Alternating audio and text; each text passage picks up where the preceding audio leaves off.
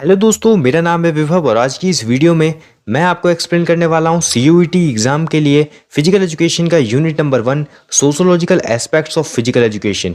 तो दोस्तों इस वीडियो को एंड तक देखिएगा। ये वीडियो आपके सीयूईटी एग्जाम के लिए काफ़ी ज़्यादा हेल्पफुल रहेगा। सबसे पहले दोस्तों हम देख लेते हैं इस यूनिट के कंटेंट को। मतलब दोस्तों हमें इस चैप्टर में कौन कौन से टॉपिक्स को कवर करना है। सबसे पहला टॉपिक है दोस्तों हमारा games and sports as man's cultural heritage. Second topic है दोस्तों हमारा development of the individual through games and sports. Third topic है दोस्तों हमारा role of physical education in promoting national integration. और लास्ट टॉपिक है दोस्तों हमारा physical education and personality development. तो चलिए दोस्तों सबसे पहले हम देख लेते हैं इस चैप्टर का इंट्रोडक्शन। तो दोस्तों जैसा कि आपको पता है कि चैप्टर का नाम है sociological aspects of physical education. मतलब दोस्तों फिजिकल एजुकेशन के कौन कौन से सोशल एस्पेक्ट्स होते हैं। तो इसमें सबसे पहले हमें यह समझना होगा कि फिजिकल एजुकेशन क्या होता है। तो दोस्तों फिजिकल एजुकेशन एक इम्पॉर्टेंट इंस्टीट्यूशन है जो कि हर एक इंडिविजुअल को बहुत सारी सोशल क्वालिटीज़ को डेवलप करने में हेल्प करता है। वो सोशल क्वालिटीज़ है जैसे कि tolerance, cooperation, fair play, sympathy, helpfulness, respect, brotherhood, discipline, patience, honesty etcetera. अब हम समझ लेते हैं कि सोशोलॉजी क्या होता है। तो दोस्तों सोसाइटी की साइंटिफिक स्टडी ही सोशोलॉजी होती है। अब हम स्टार्ट करते हैं सबसे पहले टॉपिक से जो कि है दोस्तों हमारा games and sports as man's cultural heritage. इसमें दोस्तों सबसे पहले हमें समझना है कि कल्चर होता क्या है। तो दोस्तों जो कल्चर वर्ड है वो डिराइव होता है एक वर्ब से जो कि है टू कल्टीवेट, जिसका मतलब होता है क्रिएट करना। अब हम समझ लेते हैं कि कल्चरल हेरिटेज क्या होता है। तो दोस्तों कल्चरल हेरिटेज का मतलब होता है हमारी वैल्यूज, ट्रेडिशंस, कन्वेंशंस को ट्रांसफर करना पास्ट से प्रेजेंट में, प्रेजेंट से फ्यूचर में एप्रोप्रिएट मॉडिफिकेशंस के साथ। तो इसी तरह दोस्तों बहुत सारी सिविलाइजेशंस है, बहुत सारी कंट्रीज है जिन्होंने दोस्तों स्पोर्ट्स और गेम्स के टूवर्ड्स में कंट्रीब्यूशन दिया है। तो वो अब हम एक एक करके पढ़ लेते हैं। सबसे पहला दोस्तों हमारा ग्रीस। तो दोस्तों ये एक बहुत इंपॉर्टेंट कंट्री है जिसने गेम्स और स्पोर्ट्स के इम्प्रूवमेंट में काफ़ी ज़्यादा कंट्रीब्यूशन दिया है। यहाँ पर दोस्तों ओलंपिक गेम्स को पहली बार ओलंपिया वैली में कंडक्ट कराया गया था 776 BC में, जहां पर 400 yard walking, 3 miles race, pentathlon, boxing, horse race, chariot race, wrestling इस तरीके के गेम्स को कंडक्ट कराया जाता था। उसके बाद दोस्तों 394 AD में जो दोस्तों रोम के किंग थे जिनका नाम था थियोडोसियस, उन्होंने दोस्तों इस ओलंपिक गेम्स को स्टॉप करा दिया। उसके बाद दोस्तों 1896 में एक फ्रेंच मैन थे जिनका नाम था पैरी बैरन डी कोबर्टिन, उन्होंने दोस्तों इसको फिर से कंडक्ट कराना स्टार्ट किया, जिनको हम मॉडर्न ओलंपिक्स बोलते हैं। नेक्स्ट कंट्री है दोस्तों हमारी रोम। तो दोस्तों रोम में ऐसा माना जाता था कि जो स्लेव्स हैं, मिलिट्री मैन हैं और कुछ प्रोफेशनल एथलीट्स हैं, वही लोग स्पोर्ट्स और गेम्स को खेल सकते हैं। और वहाँ पर horse race, chariot race, gladiatorial fights इन तरह के गेम्स को खेला जाता था। नेक्स्ट कंट्री है दोस्तों हमारी इंग्लैंड। इंग्लैंड जो है दोस्तों उसको ऐसा माना जाता है कि ये बॉल गेम्स का ओरिजिनेटर है। इंग्लिश नेशनल स्पोर्ट्स के पुराने गेम्स में फुटबॉल भी एक पार्ट है। इंग्लैंड ने दोस्तों cricket, hammer throw, pole vault इन सभी गेम्स को इन्वेंट किया है जो कि लोग आज भी खेलते हैं। नेक्स्ट कंट्री है दोस्तों हमारी जर्मनी। तो दोस्तों 18th सेंचुरी के दौरान जर्मनी में बहुत सारे फिजिकल एक्टिविटीज़ को परफॉर्म करना स्टार्ट किया गया, जिसमें थे dancing, fencing, riding, fishing, hunting, swimming, rowing, skating, archery. और दोस्तों इनमें से बहुत सारे गेम्स को लोग आज भी खेलते हैं। नेक्स्ट दोस्तों हमारा USA, young men's Christian association, जिसको हम शॉर्ट में कहते हैं YMCA, and young women's Christian association, जिसको शॉर्ट में हम कहते हैं YWCA। इन्होंने दोस्तों गेम्स और स्पोर्ट्स की फील्ड में काफ़ी ज़्यादा इंपॉर्टेंट रोल दिया है। बहुत सारी एक्टिविटीज़ जैसे कि running, jumping, horse riding, wrestling, boxing, baseball, handball, ये सभी दोस्तों USA में लोगों के लाइफ का पार्ट था। बास्केटबॉल और बेसबॉल इन दोनों गेम्स को स्टार्ट करने का क्रेडिट भी USA को ही जाता है। 1874 में USA में टेनिस को इंट्रोड्यूस किया गया। 1895 में वॉलीबॉल को इंट्रोड्यूस किया गया USA में। नेक्स्ट कंट्री है दोस्तों हमारी स्वीडन। तो दोस्तों पर हेनरिक लिंग जो हैं उन्हें दोस्तों स्वीडन फिजिकल एजुकेशन सिस्टम का फाउंडर कहा जाता है।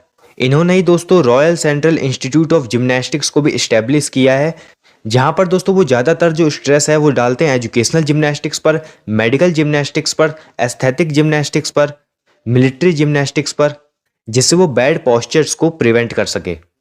और बहुत सारे इक्विपमेंट्स जैसे कि Swedish wooden horse, wall bars, rings, climbing ropes, इन सभी को स्वीडिश जिम्नास्टिक्स में इंट्रोड्यूस किया था। नेक्स्ट है दोस्तों हमारा जापान। तो दोस्तों जापान ने भी काफ़ी ज़्यादा एक इम्पॉर्टेंट स्ट्रेस दिया है गेम्स और स्पोर्ट्स पे, और जापान में सुमो रेसलिंग, जूडो, टाइकांडो इन सबको इंट्रोड्यूस किया गया था, जो कि लोग आज भी खेलते हैं। नेक्स्ट कंट्री है दोस्तों हमारी चाइना। तो दोस्तों 7th सेंचुरी BC में रेसलिंग और बॉक्सिंग जो है वो फेमस था चाइना में। और दोस्तों कुंफू, जिजुत्सु, ये जो दोस्तों अलग अलग तरीके के मार्शल आर्ट्स के फॉर्म है, ये सबको भी चाइना में परफॉर्म किया जाता था। नेक्स्ट कंट्री है दोस्तों हमारी डेनमार्क। तो दोस्तों फ्रेंच नेचटिगल, इन्होंने दोस्तों फाउंडेशन रखी थी मॉडर्न फिजिकल एजुकेशन की डेनमार्क में। और दोस्तों डेनमार्क में फिजिकल एजुकेशन को पॉपुलर करने के लिए youth hostels, Copenhagen sports park, इन सब को इस्टेब्लिश किया गया था। लास्ट कंट्री है दोस्तों हमारा प्यारा इंडिया। तो दोस्तों एंशिएंट इंडिया में wrestling, boxing, pigeon flying competition, swimming, hunting, animal fighting, archery, chaupar, pachisi, kabaddi, ये सभी गेम्स जो थे वो फेमस थे, और इनमें से कई गेम्स लोग आज भी खेलते हैं। नेक्स्ट टॉपिक है दोस्तों हमारा development of the individual through games and sports. तो दोस्तों स्पोर्ट्स और गेम्स जो है वो एक इंपॉर्टेंट व्हीकल की तरह काम करते हैं, जो कि दोस्तों हर एक इंडिविजुअल की डेवलपमेंट में काफ़ी ज़्यादा इंपॉर्टेंट रोल प्ले करते हैं। बेसिकली 4 अलग अलग टाइप्स के डेवलपमेंट होते हैं, जैसे कि physical development, mental development, social development और इमोशनल डेवलपमेंट। तो चलिए दोस्तों हम एक एक करके इन सबको डिटेल में समझ लेते हैं। तो सबसे पहला डेवलपमेंट है दोस्तों हमारा फिजिकल डेवलपमेंट। तो फिजिकल डेवलपमेंट में क्या आता है? तो फिजिकल डेवलपमेंट में आता है कि किसी भी पर्सन की बॉडी का डेवलपमेंट करना, मींस उसके लेग्स मसल्स का डेवलपमेंट करना, उसके हैंड मसल्स का डेवलपमेंट करना, उसके इंटरनल ऑर्गन्स का डेवलपमेंट करना, जैसे कि respiratory system, nervous system, circulatory system, digestive system, इन सारी चीज का डेवलपमेंट आता है फिजिकल डेवलपमेंट में। सेकेंड है mental development. Mental development related with the mind, means इस डेवलपमेंट में हम स्पेशली फोकस करते हैं किसी भी इंडिविजुअल के माइंड को डेवलप करने पे। तो अब अगर किसी भी पर्सन का माइंड अच्छे से डेवलप होगा, उसका थिंकिंग प्रोसेस अच्छी होगी, तो उसका बिहेवियर भी अच्छा ही होगा। थर्ड है सोशल डेवलपमेंट। तो दोस्तों जो भी पर्सन, जो भी प्लेयर्स जो होते हैं, वो दोस्तों जब स्पोर्ट्स और गेम्स में पार्टिसिपेट करते हैं, उन गेम्स के, उन स्पोर्ट्स के रूल्स और रेगुलेशंस को फॉलो करते हैं, तो इससे दोस्तों वो काफी सारी सोशल क्वालिटीज को भी अपने अंदर अडॉप्ट करते हैं। मतलब दोस्तों वो स्पोर्ट्स और गेम्स में पार्टिसिपेट करने के कारण काफी सारी क्वालिटीज को सीखते हैं, जैसे कि friendship, honesty, cooperation, fair play, sportsmanship और सिंपैथी। तो इसके कारण उन्हें काफी सारे प्रैक्टिकल एक्सपीरियंसेस प्रोवाइड होते हैं, उन्हें काफी अच्छी अपॉर्चुनिटीज मिलती है, ताकि जिससे वो अपने सोशल प्रोसेसेस को डेवलप कर सकें। लास्ट है इमोशनल डेवलपमेंट। तो दोस्तों ये चीज हमें पता है कि हर एक इंडिविजुअल में काफी सारी इमोशंस होती है, जैसे कि pleasure, hope, jealousy, hate, fear, distress. Distress का मतलब होता है दुख, एंगर, वंडर और भी कई सारे। और दोस्तों ये जो इमोशंस होते हैं काफी ज्यादा वाइटल रोल प्ले करते हैं हर इंडिविजुअल्स की लाइफ में। और दोस्तों इन इमोशंस का बैड इफेक्ट ये है, इनका डिसएडवांटेज ये है कि अगर दोस्तों ये इमोशंस एक्सेस हो जाए हमारी बॉडी में, तो इससे दोस्तों हम अनकंट्रोलेबल हो सकते हैं। तो दोस्तों ये जो प्रोग्राम्स होते हैं फिजिकल एजुकेशन के, यहाँ पर दोस्तों हम काफी सारे इमोशंस को डेवलप करते हैं, और यहाँ पर हमें ये भी सिखाया जाता है कि उन इमोशंस को कैसे हम प्रॉपरली कंट्रोल करके रख सकें। नेक्स्ट टॉपिक है दोस्तों हमारा role of physical education in promoting national integration. इसका मतलब है दोस्तों कि फिजिकल एजुकेशन का क्या रोल है नेशनल इंटीग्रेशन को प्रमोट करने में। तो सबसे पहले हम समझ लेते हैं कि नेशनल इंटीग्रेशन होता क्या है। तो दोस्तों यूनिटी ऑफ नेशन, इसी को दोस्तों हम नेशनल इंटीग्रेशन बोलते हैं, और फिजिकल एजुकेशन काफी ज्यादा इंपॉर्टेंट रोल प्ले करता है इसको बिल्ड करने में। नेशनल इंटीग्रेशन में आता है फीलिंग ऑफ ब्रदरहुड, मतलब भाईचारे की भावना, फ्रेंडशिप एंड वननेस। और जब दोस्तों अलग अलग कंट्रीज के लोग जो हैं वो दोस्तों दूसरी कंट्रीज, दूसरी डिस्ट्रिक्ट, स्टेट में जब वो लोग विजिट करते हैं, तो वहाँ के प्लेयर्स के साथ वो लोग दोस्तों अपना customs, religion, tradition, language, eating habits, beliefs, इन सब को शेयर करते हैं।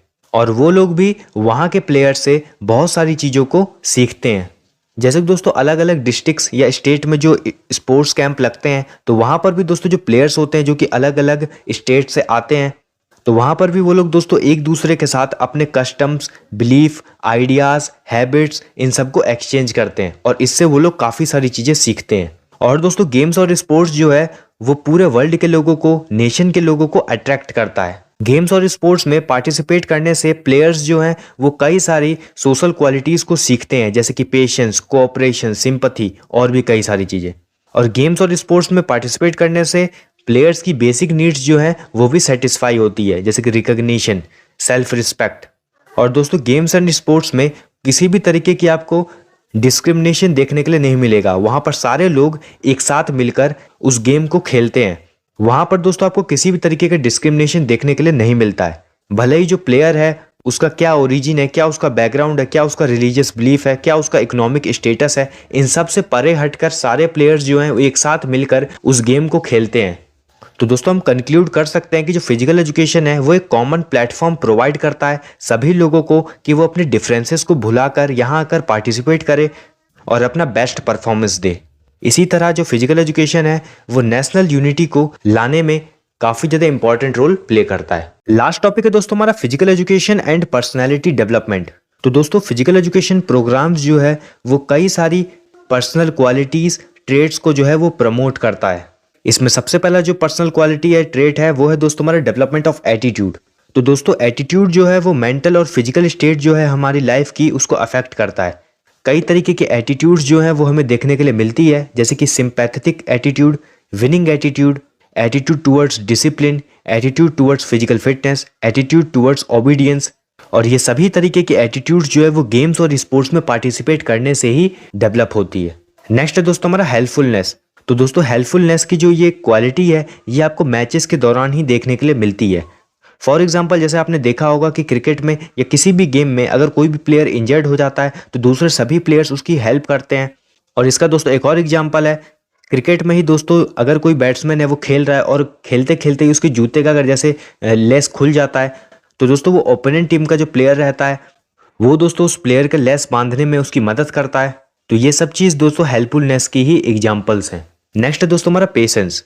पेशेंस को दोस्तों हिंदी में हम कहते हैं धैर्य। पेशेंस जो है दोस्तों वो स्पोर्ट्स में काफ़ी ज़्यादा इंपॉर्टेंट रोल प्ले करता है। स्पोर्ट्स में दोस्तों कई सारी ऐसी सिचुएशंस आती है जहां पर प्लेयर्स को अपने माइंड को शांत करके रखना पड़ता है। प्लेयर को दोस्तों अगर उसकी टीम हार भी रही हो उस समय पर भी अपने माइंड को पेशेंस के साथ ही रखना चाहिए, क्योंकि दोस्तों जिस भी पर्सन का माइंड जो है वो अगर पेशेंस है तो वो दोस्तों काफ़ी एक इफेक्टिव डिसीजन ले सकता है और वो दोस्तों दूसरे प्लेयर्स के साथ भी कम्युनिकेट करके एक स्ट्रेटेजी बना के उस गेम को जीत सकता है। इसका दोस्तों काफ़ी अच्छा एग्जाम्पल जो है वो आप महेंद्र सिंह धोनी से ले सकते हैं। वो दोस्तों पेशेंस का एक काफ़ी अच्छा एग्जाम्पल है। जैसे दोस्तों आपने देखा होगा 2007 वर्ल्ड कप में पाकिस्तान मैच को जीतने ही जा रहा था, लेकिन दोस्तों उस समय पर जो हमारे कैप्टन थे महेंद्र सिंह धोनी, उन्होंने दोस्तों उस समय पर पेशेंस रखा, अपना माइंड कूल रखा और उन्होंने दोस्तों एक इफेक्टिव डिसीजन भी लिया जोगेंद्र शर्मा को बॉल देकर। और लास्ट में क्या हुआ ये चीज़ आपको पता ही है। तो यही दोस्तों जो फिजिकल एजुकेशन है ये हर एक प्लेयर को पेशेंस डेवलप करना ही सिखाती है। नेक्स्ट है दोस्तों हमारा टॉलरेंस। टॉलरेंस का मतलब होता है दोस्तों सहन करना। स्पोर्ट्स और गेम्स में दोस्तों कई सारी ऐसी सिचुएशंस आती है जहां पर दोस्तों प्लेयर को टॉलरेट होना चाहिए। अलग अलग सिचुएशंस जैसे कि अंपायर का रॉन्ग डिसीजन देना, मिसबिहेवियर किसी भी प्लेयर्स के साथ, अपने ओपोनेंट प्लेयर को रॉन्ग जेस्चर दिखाना, स्लेजिंग करना क्रिकेट में। तो ये सारी ऐसी सिचुएशंस है जहां पर प्लेयर्स को टॉलरेट करना चाहिए, क्योंकि अगर वो टॉलरेट कर लेते हैं तो इससे क्या होगा, इससे वो सिचुएशन जो है वो और ज़्यादा नहीं बिगड़ेगी। और जो टॉलरेंस है वो वर्च्यू है पेशेंस की। तो अगर दोस्तों जो प्लेयर्स है वो पेशेंस रखते हैं तो वो दोस्तों उस सिचुएशन को टॉलरेट अच्छे से कर पाएंगे। और अगर दोस्तों कोई प्लेयर जो है वो पेशेंस नहीं रख पाता है तो वो दोस्तों उस सिचुएशन को टॉलरेट नहीं कर पाएगा और दोस्तों जो सिचुएशन है वो और ज़्यादा बिगड़ जाएगी। नेक्स्ट है दोस्तों हमारा टीम स्पिरिट। तो दोस्तों ये चीज़ तो हमें पता है कि एक अकेला प्लेयर जो है वो पूरे गेम को नहीं बदल सकता है। टीम के सभी प्लेयर्स को साथ मिलकर कोऑर्डिनेशन के साथ बेस्ट स्ट्रेटजी बनाकर ही गेम को खेलना चाहिए ताकि जिससे वो जीत सके उस गेम को। टीम स्पिरिट की जो भावना है वो हर एक प्लेयर के साथ होना चाहिए और यही चीज़ दोस्तों फिजिकल एजुकेशन हर एक प्लेयर को सिखाती है। नेक्स्ट है दोस्तों हमारा डिसिप्लिन। तो दोस्तों स्पोर्ट्स में एक्सेलेंस पाने के लिए डिसिप्लिन जो है वो काफ़ी ज़्यादा ज़रूरी है। स्पोर्ट्स और गेम्स में पार्टिसिपेट करने से स्पोर्ट्स पर्सन्स जो हैं वो दोस्तों डिसिप्लिन को सीखते हैं। डिसिप्लिन को वो कैसे सीखते हैं, तो उस गेम के रूल्स और रेगुलेशंस को फॉलो कर। और लास्ट है दोस्तों हमारा यूनिटी। इसका मतलब है दोस्तों कि टीम में जितने भी अलग अलग प्लेयर्स हैं उन्हें दोस्तों अपने क्लास, अपने कलर, अपने रिलीजन, अपने कास्ट, क्रीड, बैकग्राउंड इन सब को छोड़कर एक साथ मिलकर सेंस ऑफ ब्रदरहुड के साथ गेम को खेलना चाहिए। किसी भी तरीके की डिस्क्रिमिनेशन हमें एक दूसरे प्लेयर के साथ नहीं करना चाहिए और अगर हम ऐसा नहीं करते हैं तो वो सभी प्लेयर्स अपना बेस्ट एफर्ट देंगे और हम उस गेम और स्पोर्ट्स में जीत हासिल कर पाएंगे। तो यहीं पे दोस्तों ये जो हमारा यूनिट है, unit number 1 sociological aspects of physical education, ये दोस्तों यहाँ पर खत्म होता है। तो अब आपको कंसेप्ट तो समझ में आ चुका है। अब हम सॉल्व कर लेते हैं कुछ एमसीक्यूज को इस यूनिट के रिलेटेड। तो दोस्तों यहाँ पर होगा क्या, यहाँ पर आपको एक एक करके एमसीक्यूज दिखते जाएंगे, उन सब के आंसर्स आपको कमेंट में देने होंगे।